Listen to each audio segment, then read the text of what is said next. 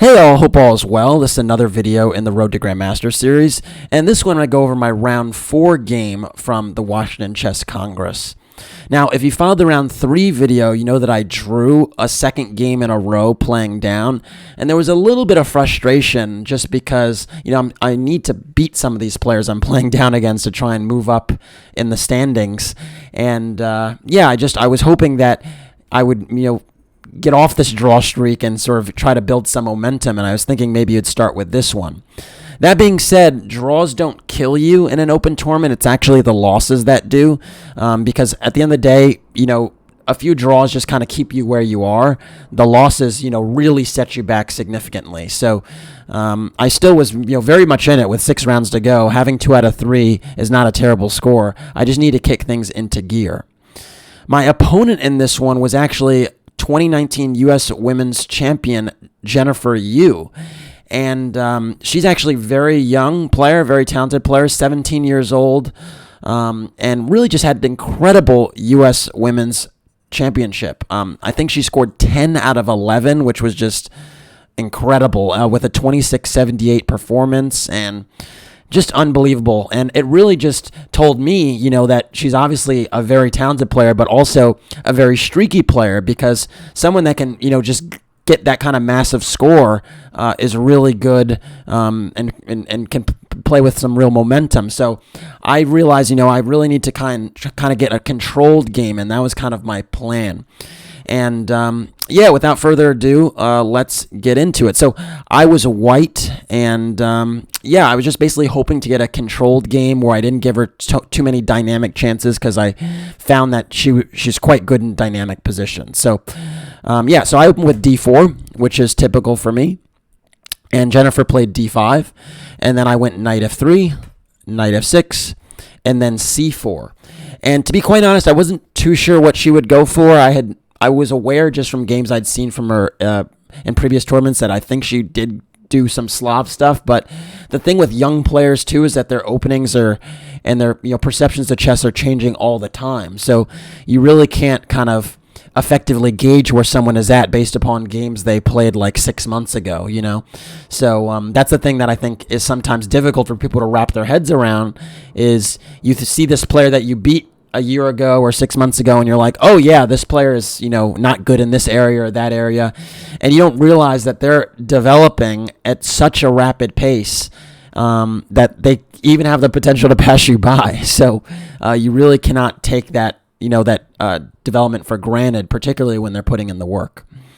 But anyways, after c4, Jennifer played c6, so I did kind of get into Slav territory, and I went for e3, which is kind of known as the slow Slav, the positional Slav, if you will. If you play knight c3, you invite the Dutch, which is d takes c4, a4, and bishop f5. Now with e3, d takes c4 isn't as attractive because the bishop gets to c4 in one move, so most people don't really go for this. But after e3, black actually played a6, and this was something that, I actually played myself, I want to say like 10 years ago. I can recall a game I played, I think it was at the World Open against Alexander Lenderman when I was like a teenager, and I was trotting out the a6 Slav, and the thing that I liked about it at the time was that it was a way to just kind of get very original positions with very unique pawn tensions, or pawn structures rather. So a6 in many respects entertains the move b5. It's also prophylaxis against sometimes a piece actually landing on b5. And it's just a really high-class waiting move, if you will, almost like in the Najdorf, where this a6 pawn is just kind of useful there. At the time, when I was a teenager, Gata Kamsky was the biggest practitioner, and I think part of the reasons that he actually played it quite a bit was because he actually was not a great theoretician himself, and so to just get a very original position with a6 was something that required him to play with a little less theory than in other traditional openings. So, of course, these days the theory is developed in almost every line. So, a6 has a large book on it now, but at the time, 10, 15 years ago, it wasn't necessarily the case. So, just to give you a sense of what the pawn structures can look like. I mean, sometimes white might even consider a move like c5, and then all of a sudden the contours of the position are very unique because white has more space on the queen side with the structure, but has released the tension in the center, and a lot of times black can wind up eventually playing for this e5 break. So it's just a very, very dynamic structure, and I think it would suit a player like Jennifer quite well. Now, I went to play a controlled game, so I did not even think about c5. And I also played a move that's actually quite unusual according to the database. The moves that are more popular are bishop d3, knight c3, or knight bd2, but I elected to play the move b3. And my idea here was that if b5 comes on the board, the pawn is already reinforced, so I don't have to clarify the tension in the center. And I also thought it was quite attractive to potentially recapture on c4 with the b pawn so that I keep a really healthy pawn chain. So I basically kept the tension there. So after b3, Jennifer went bishop g4. I think this is a normal move in these lines to try and challenge the knight and pin the queen here. I think there was a line actually, again 10 years ago, I can't really remember, but I think there was a line way back when that went h3, bishop takes f3, queen takes f3, and e5. And I can recall something like d takes e5, bishop b4 check, some weird type of line like this where the knight's coming to e4 and there's just kind of a mess on the board. But honestly, it's been so long that I was not even trying to go for any of these sharp continuations, and I wanted to play relatively modestly and not, challenge her theoretically, so I went for the move bishop e2. And bishop e2 just very modestly kind of just relieves the pressure against the knight on f3. So after bishop e2, black went e6, I castled, and now knight bd7, we're just both developing. Bishop b2, again developing, also keeping an eye on the e5 square, so discouraging any breaks. And bishop d6, and then knight bd2. This knight on going to d2 is a little bit more effective than it would be on c3 in my opinion, because it ensures that white retains control over the e5 break. And basically, to me, I wanted to restrain black's breaks in any way I could. So there are three breaks that, or three basically pawn moves that black can go for, or four maybe. So b5 is one, c5 is one, e5 is a third, and then d takes c4 is the fourth. And so right now, I think I'm in pretty good position with this setup to kind of nullify any of the breaks. Of course, as I mentioned, e5 is kind of under control right now by with three pieces, but also c5 is not a move that's super attractive because I can take on d5 and give black an isolated pawn. So if c5 here, I thought cd5 is actually quite attractive, and if ed5, not e5. If ed5, essentially this pawn on d5 can be isolated after d takes e5. And if you take with the knight, the benefit of actually putting my knight on d2 is that I can actually come to c4 or e4 with tempo, actually challenging the bishop on d6. Not to mention the fact that d takes e5 actually just picks up a pawn because of bishop takes g7. But I'm just saying, even in future positions, going for one of these breaks is probably ill-advised because white's knight comes into the fray quite reasonably. So, yeah, so c5 is not so hot. For the same, e5 is not so hot. And d takes e4 for the same reason, actually. I probably wouldn't take with the b pawn now, although I could. I'd probably play knight takes e4 because my knight here would hit the bishop with tempo, be on a really nice square, and also control affairs on the e5 square. So I think these types of positions all give white a pretty decent advantage. And then last but not least, there's b5 as an option, but at least I've kind of reinforced the hatchet on c4 so that I don't actually have to clarify the tension on that pawn. So if b5 comes, I can basically just play rook c1, potentially entertain pressure on the c file, and just kind of wait to determine what I'm going to do with this pawn tension. And so I thought my setup here actually was pretty good because it basically dealt with all of black's potential pawn breaks. That being said, though, black also has no bad pieces, and one of the merits of the bishop coming out of that pawn chain, and this is the idea with the Slav, is that the bishop is not stuck on c8, where it typically might be a bad bishop for some time. And basically, because I didn't go for these h3 lines earlier, just trying to get the two bishops, Black's bishops are going to just, remain as, kind of really active and effective pieces. So I am not actually, better here in any way, shape, or form. I'm not going to go as far to say that. I just got basically a position that's relatively stable and doesn't have any kind of sharpness to it. And that's pretty much what I wanted. So anyways, after knight b2, Jennifer castled. And now I played the move h3, just challenging the bishop on g4. Not really with the intent to play g4. That would weaken my king side too much. But just, I thought it'd be an effective tempo on the bishop and give my king a potential escape square for later in the game. Black played bishop h5, and here I played the move I was, basically planning even before h3, which was knight e5. And this move has actually been played a few times before, but it's actually kind of unusual to do this type of setup in this type of position, because it doesn't seem like the knight is particularly stable on e5. But my idea here was actually just to trade off these bishops, because this light squared bishop was going to be very, very annoying. And after bishop takes e2 and queen takes e2, you actually find that if you actually take on e5 with either piece, it could be a little bit tricky. And so Black played knight e4, but just to illustrate, obviously you can't play knight takes e5 because d takes e5 is a skewer against the remaining black minor pieces. But if you play bishop takes e5, I also thought this would give white an advantage, because after d takes e5, there isn't really a great square going forward the knight can go to. Note that if you go knight e4, I'd very happily take on e4 and then go rook a d1.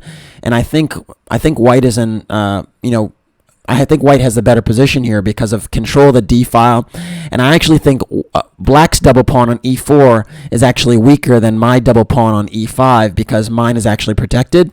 So I think white can entertain queen g4 or queen c2 at the right moment. There's also maybe even bishop a3 as a consideration, just trying to get to that diagonal before black gets to the queen to e7. So I just thought these types of scenarios would be better for white. And so if you don't play knight e4, you pretty much need to go knight e8. And here, actually, you might say, well, doesn't white have these double pawns? Isn't this just better for black? Well, the thing is actually, this e5 pawn is such a wedge that I actually have two ways of kind of going about the structure. I can actually play f4 and f5 and try to play for an attack. And even with the double pawns, if my bishop gets opened up on this diagonal, that might be very, very dangerous for black to deal with. But I can also try and get rid of my double pawns with a move like e4. And the point is that if you go d takes e4, well, knight takes is really nice, and we have the same type of setup where this e5 pawn is a wedge. The d file will probably be white's. And yeah, this is just a nice position for white. But if you go d takes c4, you might say, well, aren't these pawns still doubled? Well, they are, but actually I would contend that after knight takes c4, white's actually still better. And the reason for that is this knight can come into d6 and make things very, very annoying for black. And of course, if you take that knight, then I just undouble my pawns and have a very dangerous passed pawn on the d file. And if you try to basically ignore it, and again, the rook will come to d1, and I will kind of wreak havoc, I believe, on the d file. And so this e5 pawn is actually not going to be under a ton of pressure. And so it's one of those circumstances where black actually does have a queenside pawn majority on that side of the board. And, if all the pieces were off the board and there were just kings, it would be a winning pawn endgame for black. But the issue is that this middle game position is significantly better for white, in my opinion. And, well, maybe significantly is a stretch, but it is better for white. And there's just no realistic possibility that, black will get this king and pawn endgame, given that, there are a lot of other hurdles that, black would have to navigate first. And so that's just kind of just gives you a sense of like where white's dynamic play is in this position. So anyways, instead of either capture, Jennifer very accurately actually played the move knight e4. And, this is actually quite a decent move because, not giving up the bishop, but before playing that move, actually ensures that black will actually be able to play f6 if she wants and undermine my knight that way, while also getting a few minor pieces off the board. And one of the things I have to be a little bit careful of in these structures is that the bishop on d6 for now may be a better piece than my bishop on b2. And the reason for that is my bishop is behind my pawn wall, whereas this bishop is kind of eyeing my king. So I have to be a little bit wary of that bishop, especially with a queen potentially adding to that battery at some point, doesn't get too out of hand. So anyways, after knight e4, I played knight takes e4. And after d takes e4, I actually have to clarify the position of my knight because f6 is coming, and yeah, my knight will just get kicked away. And so I decided to play I decided to play first rook d1, actually getting my rook to the d file and keeping tension for just a second. I almost said knight takes d7 because I wound up playing that move. But the point is that I thought this was a nice little improvement before I released the tension, because now knight takes e5 is not possible because there's an annoying pin on the d file. And of course f6 now is playable, but I thought that now I'd take on d7, which is actually what wound up happening. f6 and then knight takes d7. And after queen takes d7, we have our first kind of interesting critical position on the board, because we basically have the scenario I described where the bishop on d6 is actually quite effective, I think, here. Eyeing the white king. There could be potential for a battery with maybe bishop c7 and queen d6. And actually, because I've already played this h3 move, my king side's actually a little bit weak because if I want to go g3 now, then my h3 pawn would be weak. And so one could argue that if this pawn was on h2, g3 would be more playable than it is now, because now g3 is not very attractive because h3 would be sensitive. In addition, black has this pawn wedge on e4 that does give, some attacking chances on the king side. So something like f5, f4 might be a possibility, or rook f6, rook g6. And so I thought in the short term, this pawn structure is probably favorable for black, just from an attacking standpoint. But I thought in the long term, my pawn structure had a little bit more flexibility. And the reason for that is if the attack doesn't crash through, this e4 pawn might very well be a target. And if you ever play f4, then you definitely have to be worried about the e4 pawn because it can't be defended again. The other thing is I thought these pawns might actually be able to facilitate a d5 break at some point. And now you can see why my rook on d1 actually might be quite useful. So basically, I evaluated this as like black having short-term trumps, white having long-term trumps. And I thought it was really important for me to kind of liquidate a little bit, or at least diffuse some of black's short-term trumps before I tried to really do anything too crazy. And so that's why I started with the move a4. And this move I thought was very, very good because it kind of subtly hints at white taking more space on the queen side. White does have more space right now just by virtue of the pawn structure on the queen side. But it also has a subtle idea that I think Jennifer kind of underestimated, because she replied kind of quickly with the move a5, and I don't think this move was necessary. Now, a5 for me maybe was a possibility, but I probably wouldn't have gone for it because, first of all, the pawn is actually on a dark square and might be a target. But second of all, that actually just wasn't my initial plan to go a5.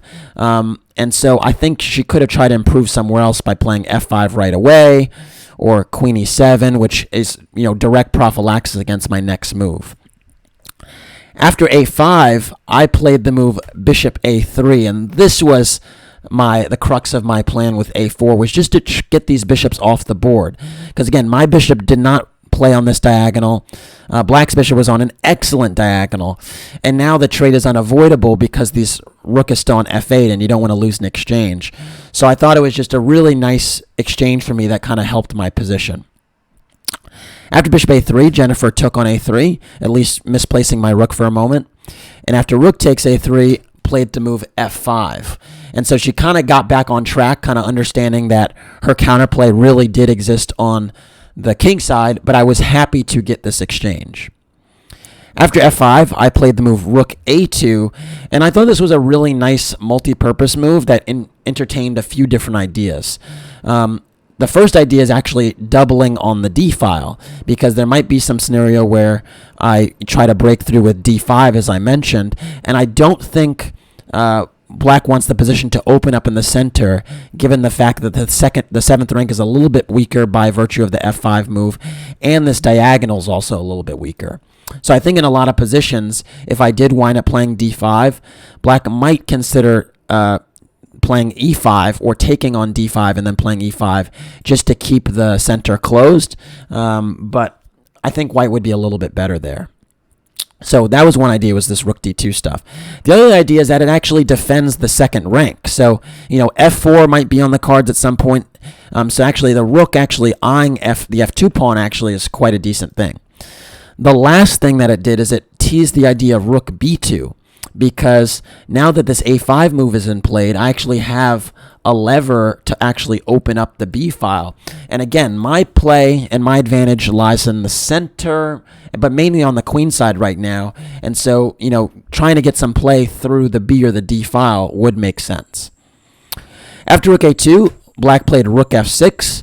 Now you can see they're quite aggressive intentions, but maybe doubling on f8, maybe coming to g6 and eyeing g2. And yeah, a very interesting way to play. I now played rook a d2, playing one of the plans that I'd mentioned. But an argument actually could have been made for rook b2, and the computer actually prefers this. Now, the reason I rejected this line is actually because of a move I didn't see a few moves down the road. Because I thought rook b2 was very attractive, and I saw that, if I get in b4 and then rook db1, all of a sudden b7 is a target, and, that would be great for me. But what I was worried about was that after rook a, f8, and b4, I thought that there was the move f4 right away, not helping me open the file and not, helping me double. And I was really worried about a rook coming to f2 very quickly. But what I'd missed here is that after e takes f4 and rook takes f4, I have a very, very strong move in this position that I didn't see, and it's the move queen e1. And the beautiful thing about queen e1 is not only is my rook defending f2 horizontally, but now my queen on e1 is actually protecting b4, and I'm still threatening taking on a5. So now they're in positions where a takes b4 happens. I can play queen takes b4, and again, I'm still protecting f2. I'm attacking b7, and these double pawns are, becoming, potential weaknesses down the road. And so this is actually a position where White is a little bit better. But it just seemed a little bit suspicious to me to drag my queen away from the king side, especially when there's this heavy artillery on the f-file. So that's why I didn't go for it. But, yeah, so instead, I went for rook a d2 because I thought it was a safer choice, and it gave Black something to think about right away with the d5 break. So I thought that slowed down Black from trying to just play on the f-file. So after rook a d2, rook d8 was played, and yeah, I think that's in part because now d5 was a threat.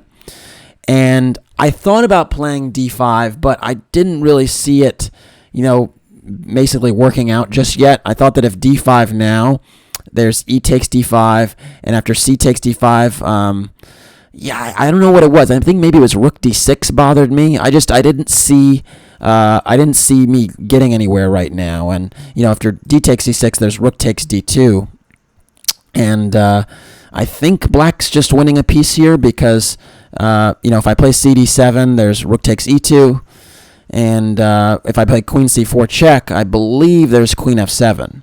So I didn't really see any way here to really make it happen. Although maybe I'm mistaken. Maybe there's some tactics I'm missing. Anyways, instead, because I was not super sure about d5, I played the move f3. And the reason I played f3 is I thought this gave me a risk-free position in which I am weakening my pawn chain and the e3 pawn, but I thought if my queen kind of gets to a better square, I don't have to worry about, this rook or queen kind of, potentially attacking me. And, I just thought it was a safe way to play. After e takes f3, I played queen takes f3, and now black played queen c7, which I think is an interesting move with two ideas. One, maybe to play queen b6 and challenge the b3 pawn in some positions. Another, to actually play rook g6 and maybe control g3 in some positions. And also maybe just getting the queen out of the line of the rooks on the d file. And so now after queen c7, I thought, you know what? I didn't love this queen b6 move harassing my pawns. I thought that it would be kind of annoying to have to defend them. So I played the move queen f4. And this move actually offers up a queen trade, right? And it kind of seems like, okay, maybe white has a little bit more space in the center, but is there really anything special in that endgame? And basically what I thought is that with this e-pawn being backward, I thought I might have a little bit of a space advantage, and the fact that these rooks were split and not particularly coordinated meant that, you know, this rook on f6 was probably not going to be as efficient as it could be now that the attack might be gone. So black actually wound up playing queen takes f4, and now after e takes f4, I got this endgame that I'd kind of envisioned and thought, you know what, maybe this is a way that's slightly better for me. I am better coordinated for now. Maybe I can press here. And the question was I right? So let's find out. So after e takes f4, black now played king f7, getting the king towards the center, because essentially now black is going to have to make some consolidating moves. They're going to try and bring the king maybe to e7, potentially double rooks on the d file, and then essentially ask white, what are you doing? Now, the thing is, I thought I had multiple levers in this position that gave me counterplay, and that's why I felt pretty good about my winning chances.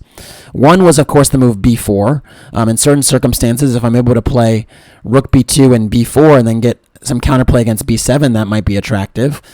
Another lever in some positions might be d5. Not right now, but maybe in certain positions, if somehow the king's on d7 or something like that, d5 might be a nice lever to open my rooks. And the last lever is actually g4. In certain positions, g4 might be attractive to kind of take more space on the king side and open up another file for my rook. So I essentially thought that with the space advantage and with these three levers, that should give me some play in this endgame, and I was, keen on seeing what would happen. So after king f7, I played king f2. Very important to centralize.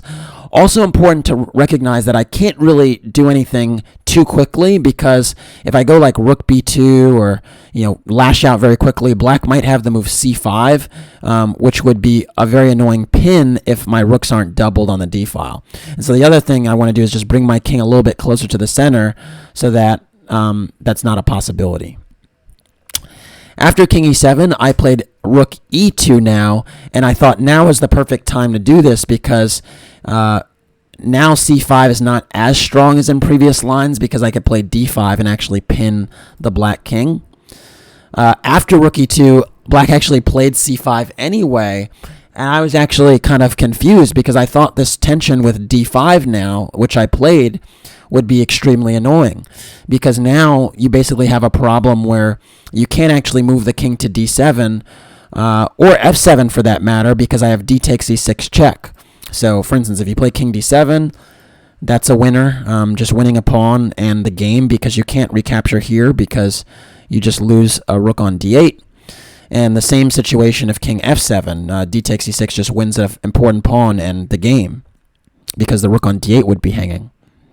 So I thought it was very strange to allow this d5 move, because I thought the tension here would be kind of unpleasant. Jennifer now played the move rook d6, and I think this was her defensive idea, was that you put the rook on d6, you're defending the pawn horizontally, and my rook on d1 is pinned, so I can't actually take on e6 anyway, and then the king will, step out of the pin if need be, but it's actually quite secure on e7. And then perhaps even in some lines, there's actually rook b6 actually targeting the b3 pawn.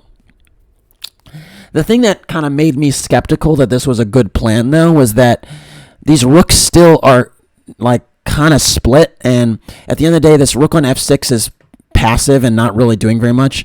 And the rook on d6 is not super active either. So I thought that, having these types of pawn tensions would be favorable for me, and that my course of action would try to be to create some kind of confusion on another side of the board. Now, I don't have the b4 lever anymore, but I still had the g4 lever. So now I played the move rook e5 first, just overprotecting the d5 pawn, giving my rook potentially freedom to go to e1, and I was thinking about the g4 lever at some point. Black now went b6, which I thought was interesting because now rook b6 isn't a possibility, but I think it's in part a reaction to my rook e5 move because now, the c5 pawn wouldn't be hanging in certain circumstances. I now played the move king f3, and here I was finally kind of ready for my g4 break. And I felt pretty decent here because I thought that it's, again, just easier to play white. Like, if you play a move like king d7, d takes e6 is a problem again, because if rook takes e6, I can take on f5 and win a pawn. I just thought if maybe rook takes d6, rook takes f5 would be annoying. And I just thought the position was better for white. And if the king is still stuck on e7, the rook can't really move. The rook on f6 also can't move. I just thought that white should have something here, and g4 is that lever. Black actually agreed, and after king f3 played the move h5. And it seems to actually put a little bit of a damper on g4 because, now I can open up the flank, but Black's rook would also get active once I do that, and essentially the pawn f4 would not be as strong as in other positions because it wouldn't be together with another pawn, because now Black would take twice on g4 to liquidate both the h and the g pawns. But remarkably here, there's a resource that I considered for a moment but rejected, and amazingly it's actually winning. And so I want you to pause the video here and try to find a white to play and win type of strategy, because it's really a remarkable study-like position.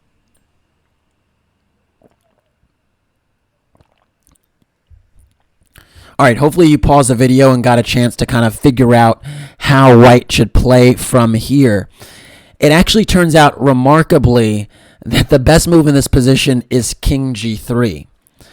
And I consider this move. I really did. I looked at king g3, but I saw, because it looks really attractive. If I get the king to h4, then I'm attacking h5, and all of a sudden my king might actually just walk into g5 if you play a move like g6, and my king might be a remarkable asset.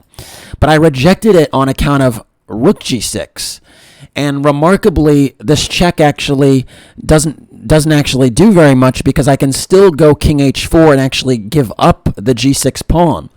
Now, I thought, well, this rook's coming to g6, my king is cut off. What have I really accomplished here? But the point is that actually after king h4 and rook takes g2, I can just play the simple rook d e1. And the threat of me taking on e6 and having a connected pass pawn on d5 is just too significant a threat. And so the black rook needs to go back to deal with that. You can't actually try to go rook b2, because now I can just take here, and this endgame is actually going to be winning for white, because I can just take on b6 as well. And so, so pretty much rook g6 has to be played.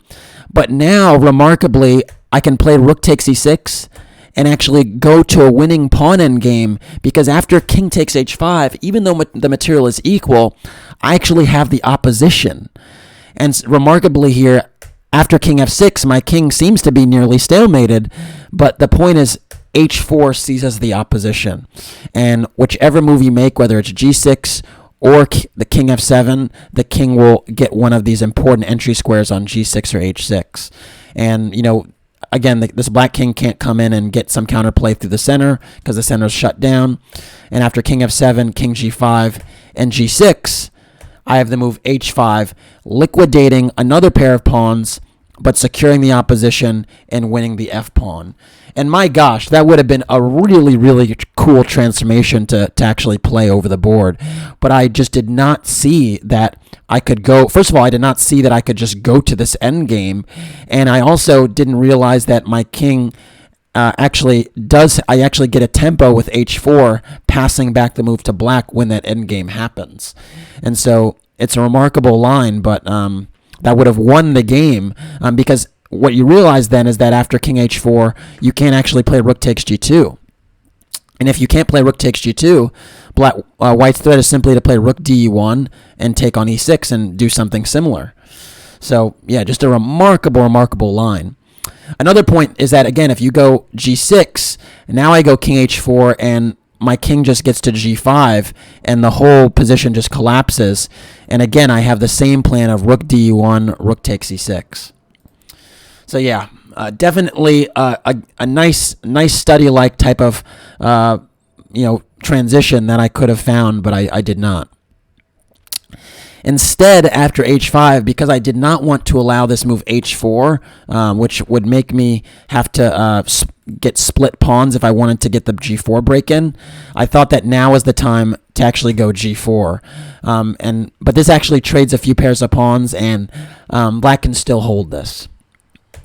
After h takes g4, h takes, f takes, and king takes g4. This position is still slightly better for white. And I mean, white still has a lot of space. Black still has two weak pawns to contend with, but it's holdable. In this position, though, black played rook g6 check. I went king f3, just stepping back, and then king f7, getting out of the pin. And this version of the king pawn endgame is, not winning for me. Well, actually, I can't get to it. But, taking on e6 would just help black, and the f4 pawn is not critically better than the g7 pawn, so that was not really a thing I wanted to do. And instead, I just played the move rook d3. And my idea with rook d3 is I really wanted to go king e4 and nestle my king there and get closer to the entry squares through the center, but I didn't want to allow rook g3, so that's why I just wanted to cover the third rank before I did that. It turns out that rook h1 was also an interesting option, and the point is that if e takes d5, c takes d5, I'm trying to go via h8, so that's why rook d8 is played, and now white can go rook e1 and shift back towards the e file and try to get some pressure with rook e7 check or rook e6, and black would still have some problems to solve. Instead, I played rook d3, and now black actually played rook h6, trying to come up with a check on the third rank. I now went king e4, stepping up. And now black played e takes d5. And this move actually got me quite optimistic because relieving this tension now, I thought, gave me some important counterplay on the e file. So after e takes d5, I played c takes d5, and I thought, okay, now if all the rooks come off the board, this is actually a winning endgame for me because I have a passed pawn on d5. And black's 3 versus 2 here, I thought, did not net her essentially a queen or a passed pawn, because this a pawn controls both a6 and b6. So I thought, okay, this is actually quite a serious development where white might have some chances now. After c takes d5, black played rook f6, eyeing f4, and I thought this was kind of risky because now you're kind of leaving the blockade of d6, and I think it was basically just a sign of time trouble because she was in some time trouble. And after rook df6, I played the move rook f5, and I thought, now's the time to try and get one of those transitions, those favorable transitions I was talking about, whether it's just a king pawn endgame or just a rook versus rook, one rook endgame, because now that the d pawn isn't blockaded, it could potentially be a runner. So, if black does nothing, let's say rook g6, now I might consider a move like d6, and this pawn might, be an asset. So anyways, after rook f5, black actually played king e7, and this move is actually a serious, well, it's not a serious mistake, but after king e7, I now played rook takes f6, and all of a sudden it's actually quite dangerous because, the one rook endgame is not easy to hold given the fact that, black can't make a passer on this side of the board. Now, it turns out that instead of rook takes f6, there's also rook g3. And the point is I just attack g7. And now if rook takes f5, king takes f5, king d6, rook takes g7, white's actually getting somewhere, because this is actually extremely dangerous for black to play. It turns out that with really precise play, black can hold, but very difficult to find all these moves. I'm just going to show you this extended computer line where essentially I get the rooks off the board. Black has to actually sack both pawns to try and make a queen. And this position is actually a draw, because I can't actually secure the b pawn, even though I wind up an extra pawn in the end. It actually becomes a draw because the king is close enough to kind of get in the way of this pawn being an asset. And yeah, the pawn gets rounded up. But yeah, very interesting line, I think, where white could have forced a transition to a race that would have been really difficult to calculate.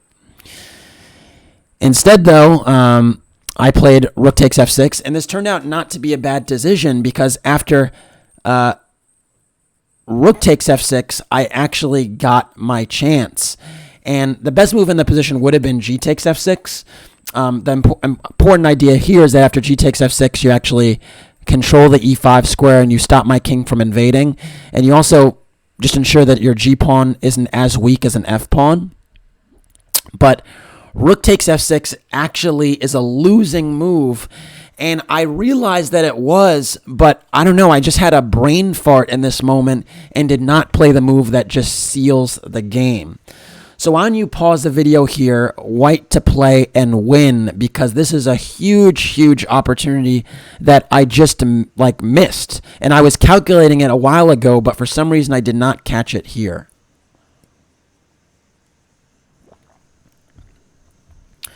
All right, the move that wins actually pretty much on the spot is the move rook g3. And it's so obvious when you see it, like it's just like you need to attack the pawn first before invading with the king. But I think I just got so excited that black didn't play g takes f6 that I thought, oh man, I can get my king to e5 right away, and decided to go for that. Because after rook takes f6, rook g3 is hugely important because it drags one of black's pieces to a passive square. So just to illustrate what this looks like, if you play g6, the important idea is that now this rook is cut off on the 6th rank, and I can now go rook h3 and invade via the 7th rank, and this position would just be completely winning, because if you go king d6, now rook h6 and black is completely tied up. Again, you can't really make a pass pawn here. The g pawn is pinned, and the rook on f6 has no squares. And if you cede ground, if you go king e7, king d7, or king c7, I just go king e5, and yeah, it's just completely winning. So for instance, let's say king d7. Okay, maybe I don't go king e5 right away because the rook would check me on f5, but I can go rook h7 check, and if king d6 again, rook g7. And you could just see how painful this position is for black, because literally any move that black plays loses material. If the rook moves, the g6 pawn drops, the king can't move. Of course, if you move any of these pawns, you're dropping something. And so it's just black is in total paralysis. And maybe even better than rook g7 is actually rook b7. Actually attacking b6, but also entertaining a trade of rooks. And so just a obviously winning position for white. Now, the issue is if you don't play g6, or you play a move like king f7 or rook f7, you're dragging a piece away from the d6 pawn, and this allows me to infiltrate. So now I can actually go for a move like, I think I would start with, probably f5 actually, because I fix the g6 pawn as a weakness, and then I move up with king e5 and d6. And again, one really important point is that if you go g6, I'm very happy to transition to an endgame now, king pawn endgame, because all these pawns would actually just drop. And so, I wouldn't even have to queen this pawn. I could just start taking stuff on the queen side. And then the last thing, rook f7 just cedes the whole 6th rank. So if you go for that, I can just go rook g6 and the b pawn, and eventually all the queenside pawns will drop.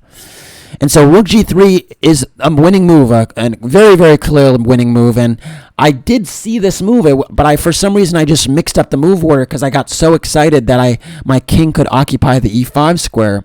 But unfortunately, the move king e5, which I played on move 39, one move before the time control, just throws away my entire advantage. And I think it's very instructive to see why king e5 throws it away. So why don't you pause the video here and try to figure out black to move. How can black hold this game now?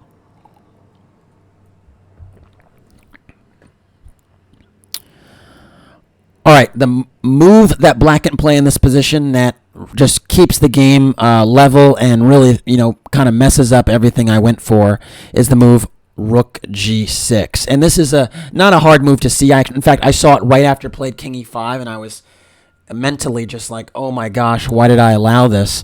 And the point is that with rook g6, you're actually not allowing my rook to infiltrate on the g file, but also you're actually giving yourself time to come from around and actually check the king.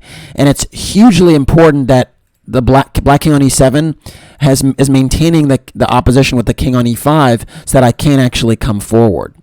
So now all of a sudden, I don't have a good way to improve my position because the rook is just going to come around and start giving checks. And when that happens, the king will wind up stepping up to d6, and I'll have no way to win the game. And so that's kind of what happened. I went rook h3 searching for counterplay, but now king d7, very, very effective move, just getting the king over to d7, not allowing any counterplay, any checks or anything. And then after f5, rook g1. And again, I can't, I can shield my king from checks, but if I do that, then I can't pretend to make any progress myself. And so it just, makes the game pretty much a dead draw because it's nearly impossible to improve now. Now, I did try to improve. I played the move rook h7, essentially, eyeing the g7 pawn, threatening f6, which would be a nasty move, taking advantage of this pin here. But now black just played rook e1 check, and this is important because now after king f4, you don't even have to attack the d pawn. You just need to check my king further away. So rook f1 check is a very good move. Note that if you played rook d1, now at least I have f6, and I'm getting somewhere because the g7 pawn is going to be lost, and I'm going to have a dangerous pawn myself. And note that if you play rook f1 now, king e5 is actually, kind of dangerous because if rook takes f6, there's rook takes g7. So very important to just check my king again, rook f1 check. And I went king e4, trying to avoid the checks. But after rook e1 check, again, if I go back, we just repeat. I went king d3, trying to keep some idea in the position alive with f6. And now black went rook e7. And this is actually a really, really good move because not only does it protect the g7 pawn and stop f6, it also cuts off my rook on the e file. So I can't actually go to d4 or to e4, and yeah, it's just a position that I can't win. And if I do something stupid, I can actually lose. Like if black somehow wins the d5 pawn for nothing and maybe pushes my king back and I lose opposition, then I could lose the game. So I also was aware, okay, don't push the envelope too much. After rook e7, I played rook h5, and my idea was that now if you go king d6 and king takes h5, I actually have f6 check, which is another kind of cheap tactical trick. And so after rook e5 was played instead of king d6, and I think that showed good alertness. Because if you go king d6, I was planning to go rook g5, and my threat is actually rook g6 check, if you can call it that, trying to get at b6. But also, if you play king takes d5, f6 check would be a cruel way to lose the game. Because now, if you block, I can just take and take here, and then queen my pawn. So rook e5 just puts an end to all that, and also attacks c4. And so now I went rook g5, actually attacking the g7 pawn, giving up d5. And king d6 was played. Good move, just stepping out of the eventual check. And now I went king c4. And again, I'm playing for some tricks, because now if you go rook takes d5, maybe there's some world where I go rook g6 check and maybe win the rook in some position, because this type of thing could happen, and that would be extremely unfortunate for black. But Jennifer's, 2019 U.S. Women's Champion. She's much better than this, and yeah, this didn't really wind up happening because yeah, this type of position just didn't happen. So instead, after rook h5, rook e5, rook g5, king d6, king c4. Wait, sorry. This did not happen. This is the line that I was just showing you. Instead, what she did was she played king d6. And now, after rook g5, king takes d5 was played. Wait, no. This is not what happened. Give me 1 second. I need to catch my bearings here in this position.